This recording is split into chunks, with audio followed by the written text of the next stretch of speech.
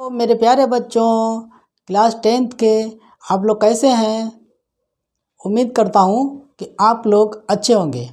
देखिए, हमने आपसे जब हमारी आपकी मुलाकात हुई थी, हमने आपसे 2 कमिटमेंट किए थे। नंबर 1, हमने आपसे कहा था कि हम आपका मैथ एंड साइंस दोनों सब्जेक्ट का सिलेबस 25 दिसंबर से पहले हर हाल में कंप्लीट करा देंगे।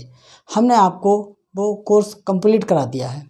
आफ्टर डैट हमने आपसे कहा था कि हम आपको मैथ एंड साइंस की स्पेशली 40 दिन की सीरीज़ लेके आएंगे।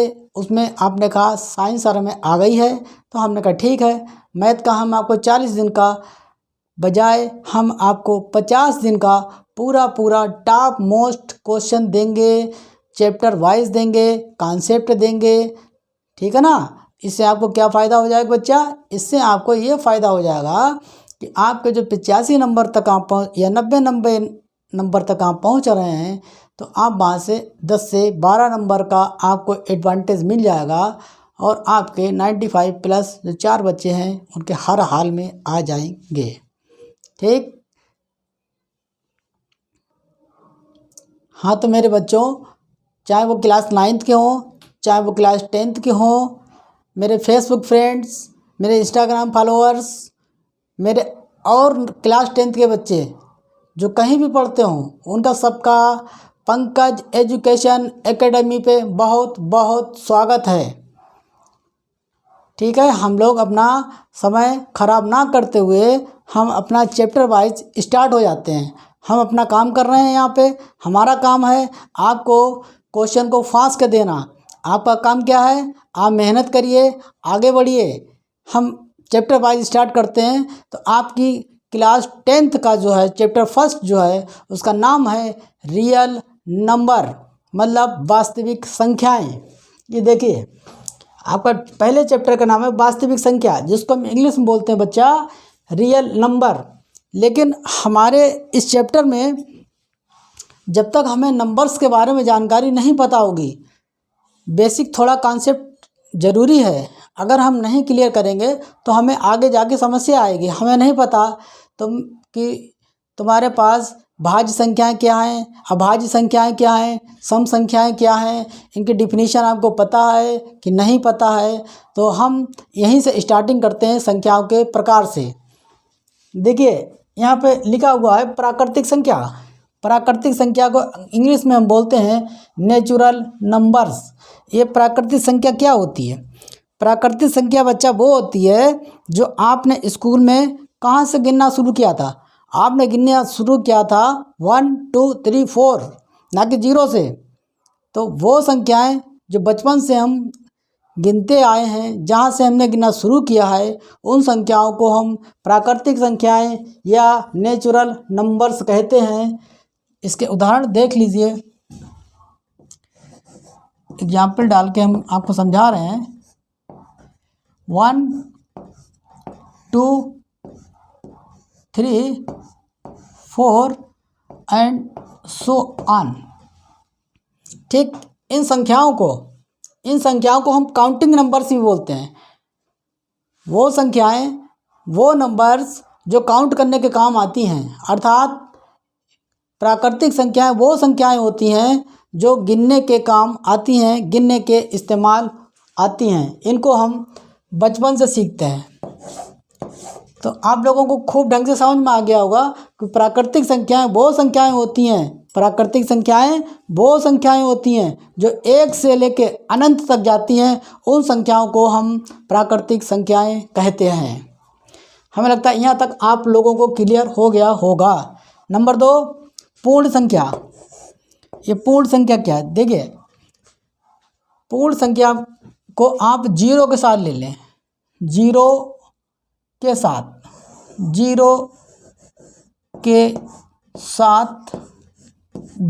साथ हम प्राकृतिक संख्याओं को ले लें तो फिर हमें पूर्ण संख्याएं प्राप्त हो जाती हैं। जैसे for example 0 1 2 3 4 and so on.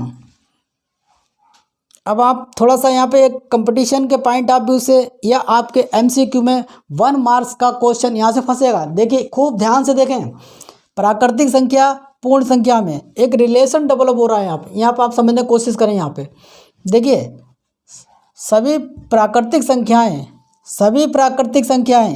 पूर्ण संख्याएं हो सकती हैं, सभी प्राकृतिक संख्याएं पूर्ण संख्याओं में आती हैं, लेकिन सभी पूर्ण संख्याएं प्राकृतिक संख्याओं में नहीं आती हैं। हमने क्या कहा? हमने कहा सभी प्राकृतिक संख्याएं पूर्ण संख्याओं में आती हैं, लेकिन सभी पूर्ण संख्याएं प्राकृतिक संख्याओं में नहीं आती। समझने की कोशिश करें। देखिए 0 है, ये 0 है, 0 क्या है प्राकृतिक संख्या में? नहीं है। ठीक, इसके बाद हम आते हैं पूर्णांक पे। ये पूर्णांक क्या है?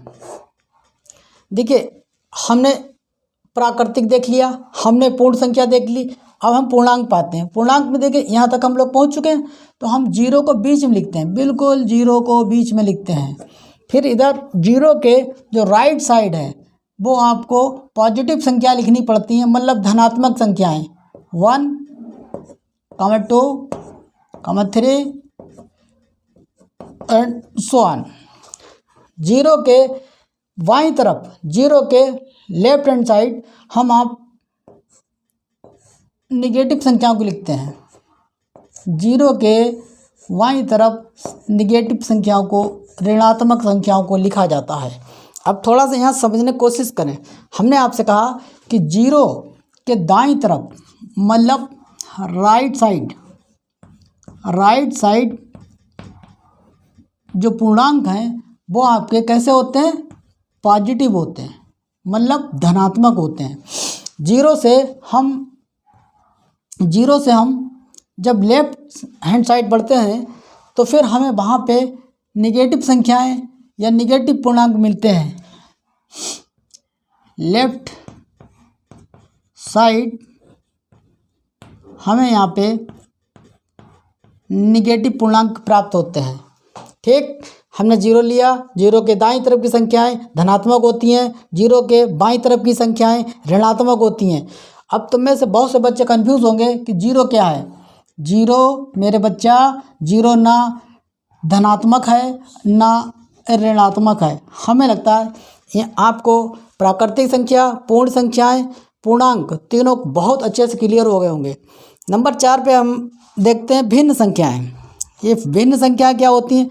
भिन्न संख्याएं वो संख्याएं होती हैं जिनको हम अंश बटे हर के रूप में लिख सकते हैं। अंश बटे हर के रूप में लिख सकते हैं, मतलब बटे के रूप में लिख सकते हैं। इसका एग्जाम्पल हम आपको समझाए दे रहे हैं। जैसे 1/4, 3/4। तो ये जो ऊपर लिखा होता है ना बटे के, इसको हम अंश बोलते हैं। इसको हम क्या कहते हैं? अंश। इसको क्या कहते हैं? हर। तो भिन्न संख्याएं बहुत आसान सी संख्याएं होती हैं जिन्हें हम अंश बटे हर के रूप में लिख सकते हैं। मेरे बच्चों, इससे पहले हम लोगों ने सीखा कुछ संख्याओं के बारे में। अब कुछ थोड़ी सी और संख्याएं हैं, थोड़े और नंबर्स हैं, इनके बारे में भी हमें सीखना बहुत ज़रूरी है। नंबर 1, सम संख्या। सम संख्या को इंग्लिश में हम बोलते हैं इवन नंबर्स। इवन नंबर्स क्या होते हैं? Those numbers which can completely divided by 2 is called even number. मतलब वो संख्याएं जो 2 से पूरी तरीके से कट जाएं, विभाजित हो जाएं, उन संख्याओं को हम सम संख्याएं कहते हैं।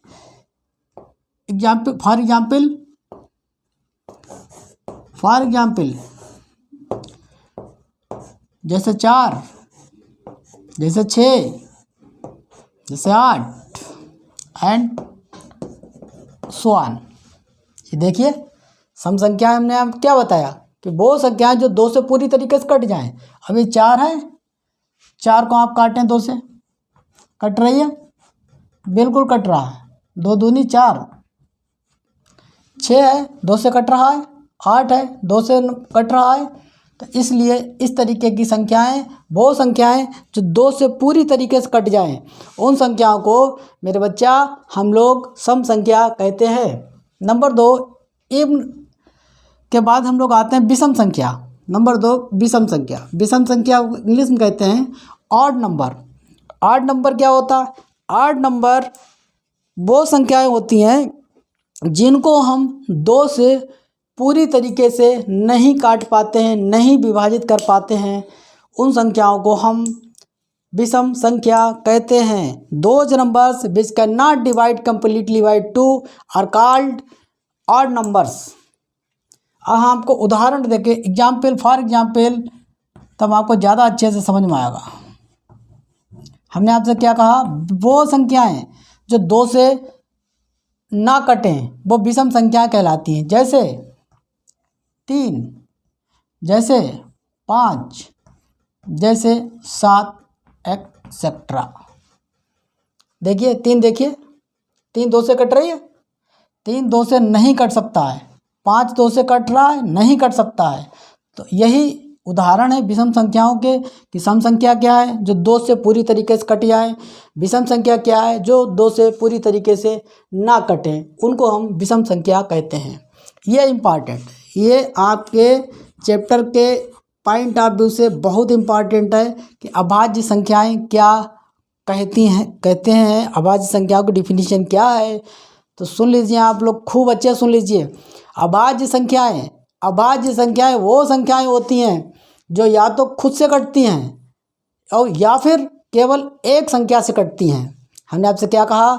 अभाज्य संख्याएं वो संख्याएं होती हैं जो या तो 2 से कटें और या फिर जो है वो केवल एक से कटें। जैसे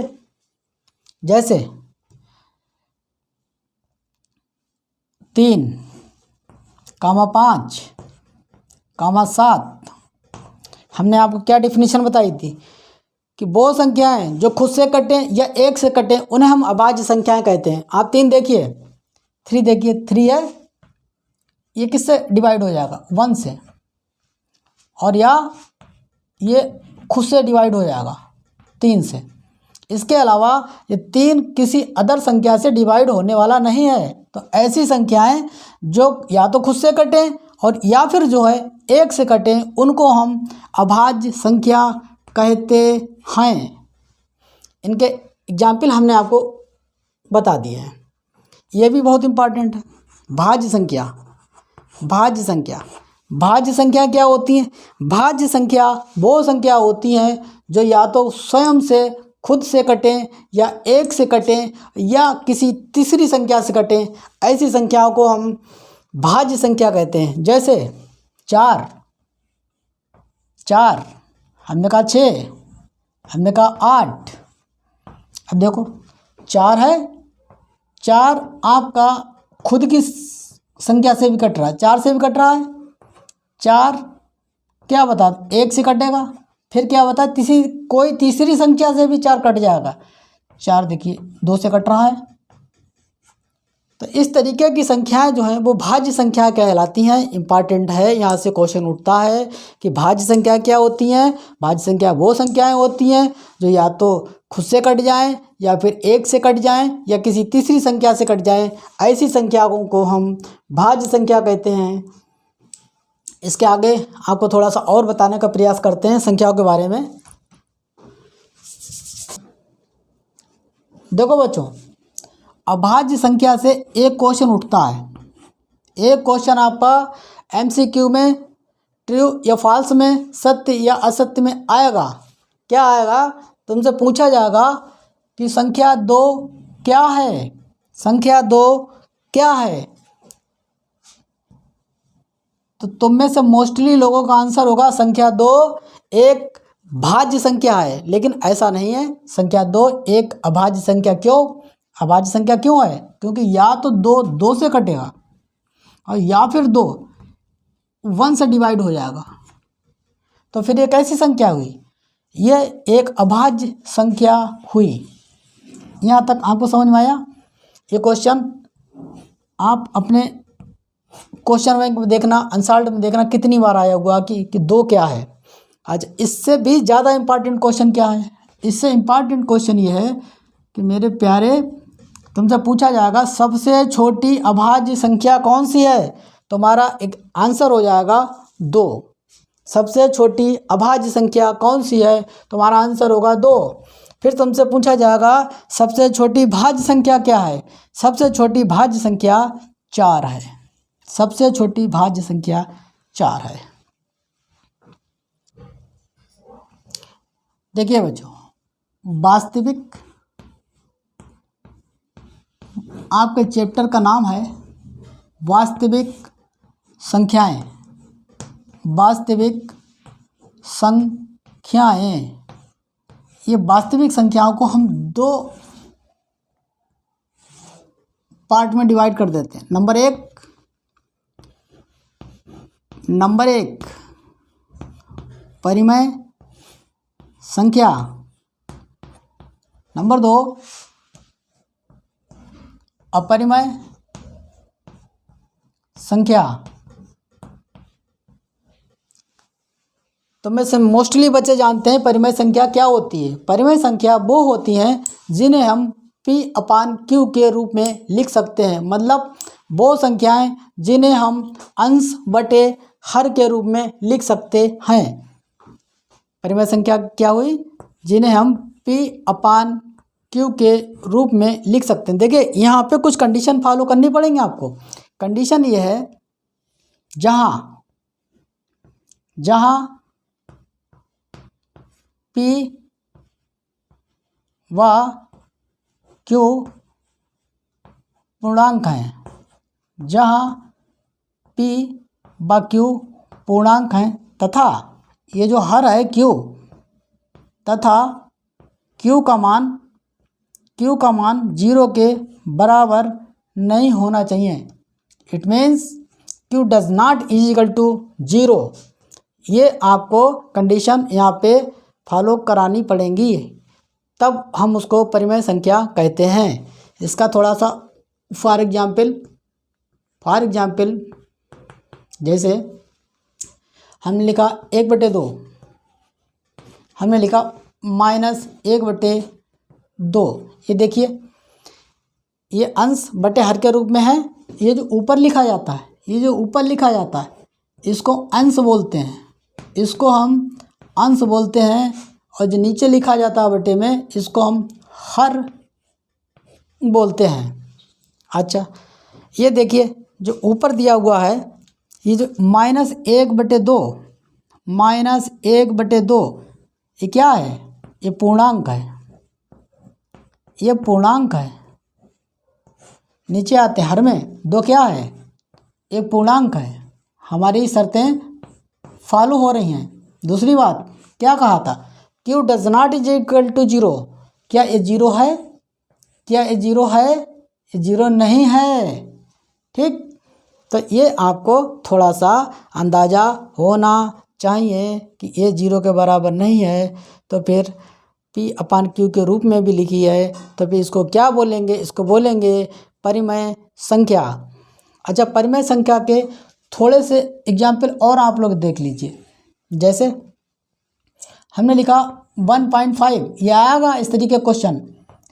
तुमसे पूछा जाएगा कि बच्चा 1.5 क्या है, परिमेय संख्या है या एक अपरिमेय संख्या है।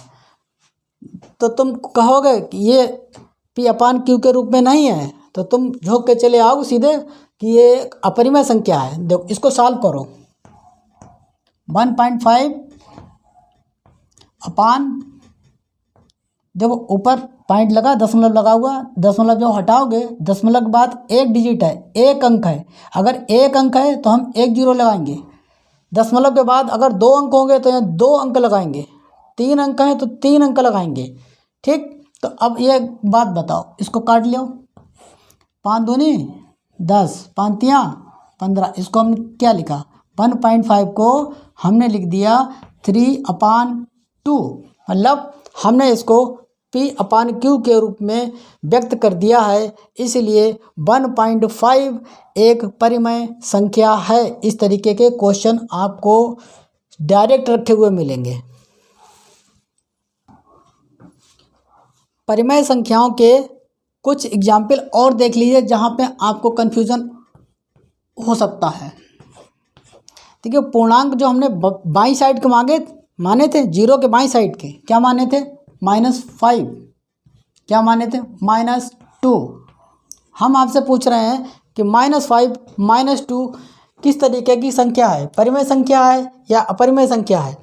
अब तुम कहोगे सर जी यहाँ पे P/Q के रूप में नहीं लिखा हुआ है तो ये एक अपरिमेय संख्या है, लेकिन ऐसा नहीं। देखो सब बात समझने की कोशिश करना।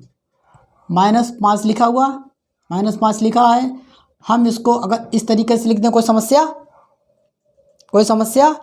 1 से अगर तुम इसे भाग करोगे, डिवाइड करोगे तो 5 के मान पे कोई फ़र्क पड़ने वाला नहीं है। दूसरी बात जो हमने कंडीशन बताई थी वो भी देखो, 5 क्या है? 5 क्या है? -5 एक पूर्णांक है, -5 एक पूर्णांक है, हर में 1 लिखा हुआ है। 1 क्या है? 1 क्या है? 1 भी पूर्णांक है, 1 भी पूर्णांक है। दूसरी बात हमने आपसे कहा था Q का मान 0 नहीं होना चाहिए, हर का मान।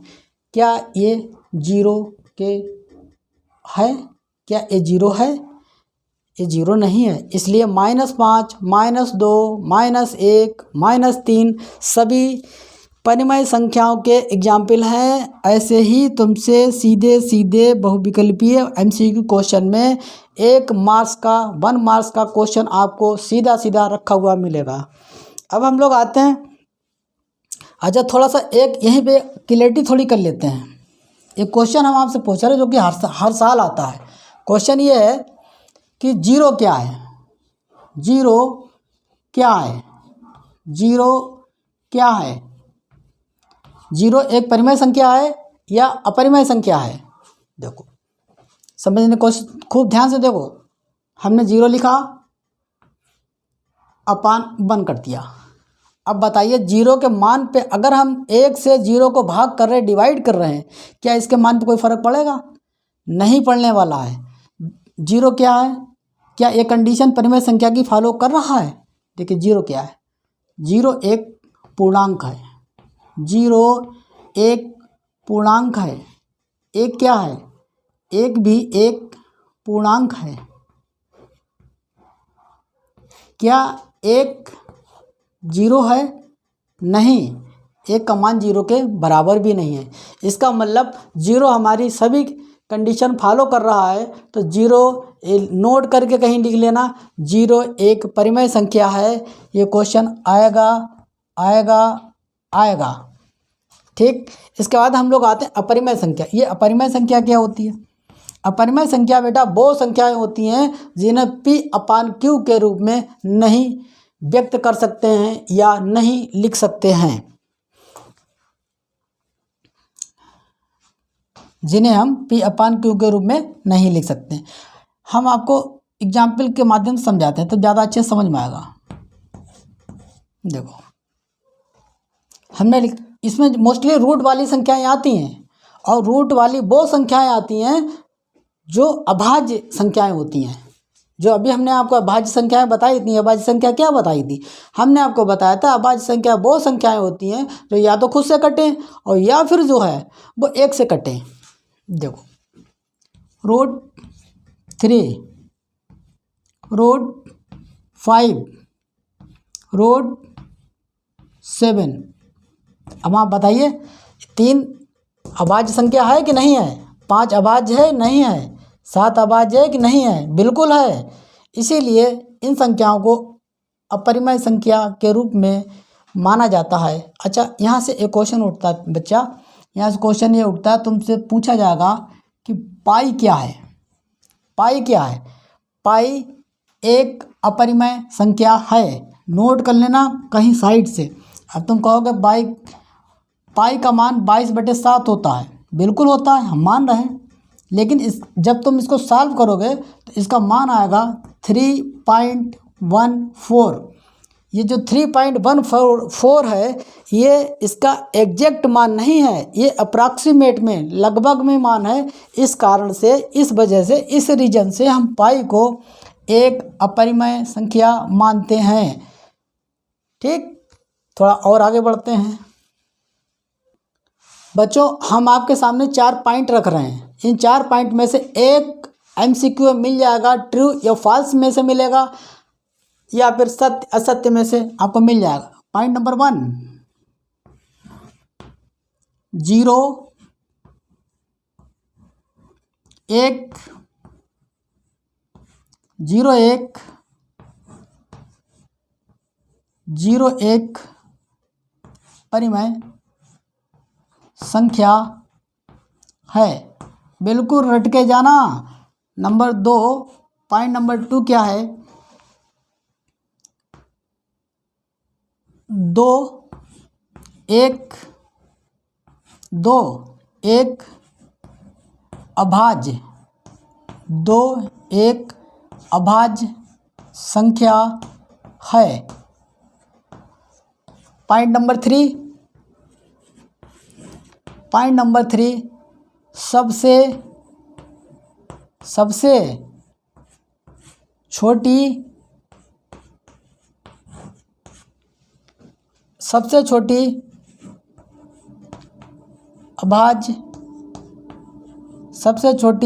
अभाज्य संख्या कौन सी है? तो तुम्हारा आंसर हो जाएगा 2। पॉइंट नंबर 4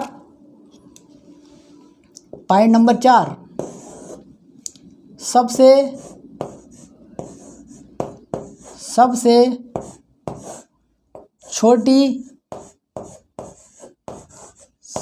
छोटी भाज्य संख्या क्या है? सबसे छोटी भाज्य संख्या क्या है? आपका आंसर हो जाएगा 4। देखो अंकित, अंश, विवेक, सब लोग सुन लो कान खोल के।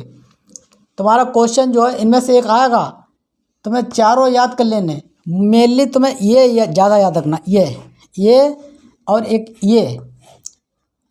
ठीक, थोड़ा बहुत हम आपको और समझाने की कोशिश करते हैं।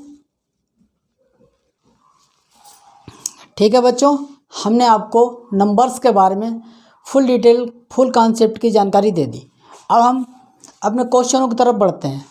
क्वेश्चन नंबर जो स्टार्टिंग करेंगे वो हम आपके आधारभूत प्रमेय से स्टार्ट करेंगे। आधारभूत प्रमेय को इंग्लिश में बोलते हैं फंडामेंटल थ्योरम। आधारभूत प्रमेय क्या है? आधारभूत प्रमेय अभाज्य कोई दी हुई संख्या हो। आधारभूत प्रमेय में कोई भी संख्या आपको दी जाती है तो उसको अभाज्य गुणनखंडों के रूप में लिख देना ही या व्यक्त कर देना ही आधारभूत प्रमेय कहलाता है। इसके आधार पे हम आपको 2 क्वेश्चन कराए दे रहे हैं।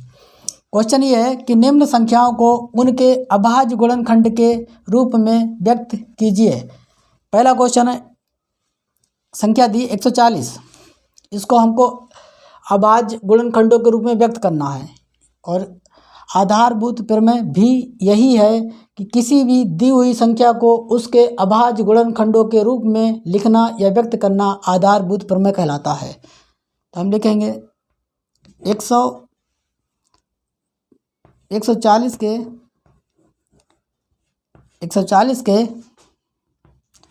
अभाज्य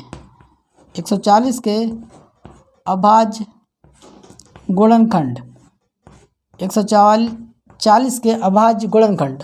अब इसके लिए हम डिवाइड करते हैं 140। सबसे छोटी संख्या से हम स्टार्टिंग करते हैं। 1 से मत भाग कर देना कभी। 2 तो क्या हो जाएगा 70, फिर 2 से काटो इसको, क्या हो जाएगा 35। 35 किससे कटेगा 5 से, क्या हो जाएगा 7 से 7 कट जाएगा।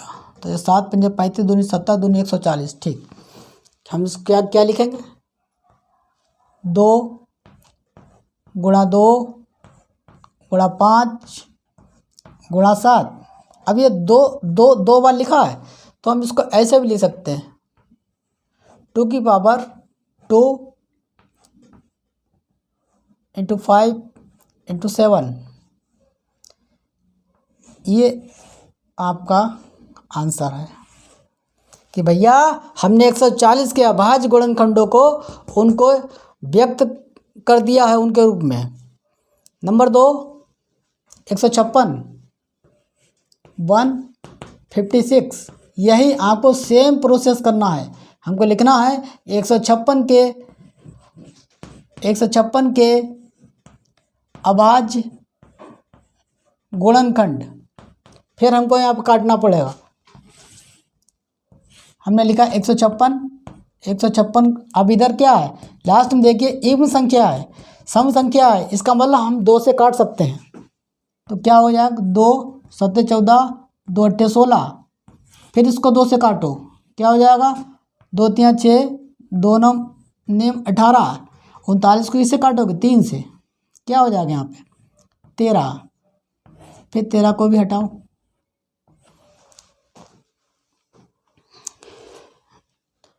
तो इधर आ जाएगा 2 गुणा 2 गुणा 3 गुणा 13। ठीक।